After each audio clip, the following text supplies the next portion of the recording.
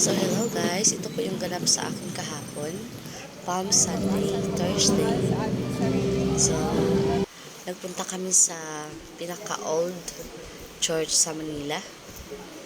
Yan po yung sa San Agustin Church.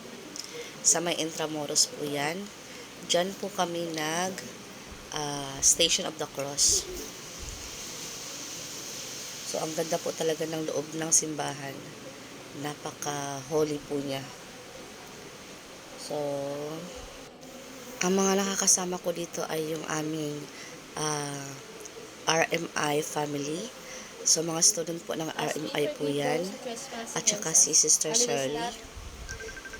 Yan, ang aking mga kasamahan.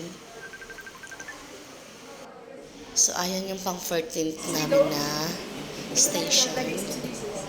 So, syempre, picture-picture pa rin tayo dyan. So, yan. Charan! Yan yung mga mukha natin, no? So, yan, feeling blessed po ako dyan. Thank you, Lord. Tapos, sa labas niyan, nagpipicture-picture din kami. Ayan sila. Ang gaganda ng mga friend ko. And all my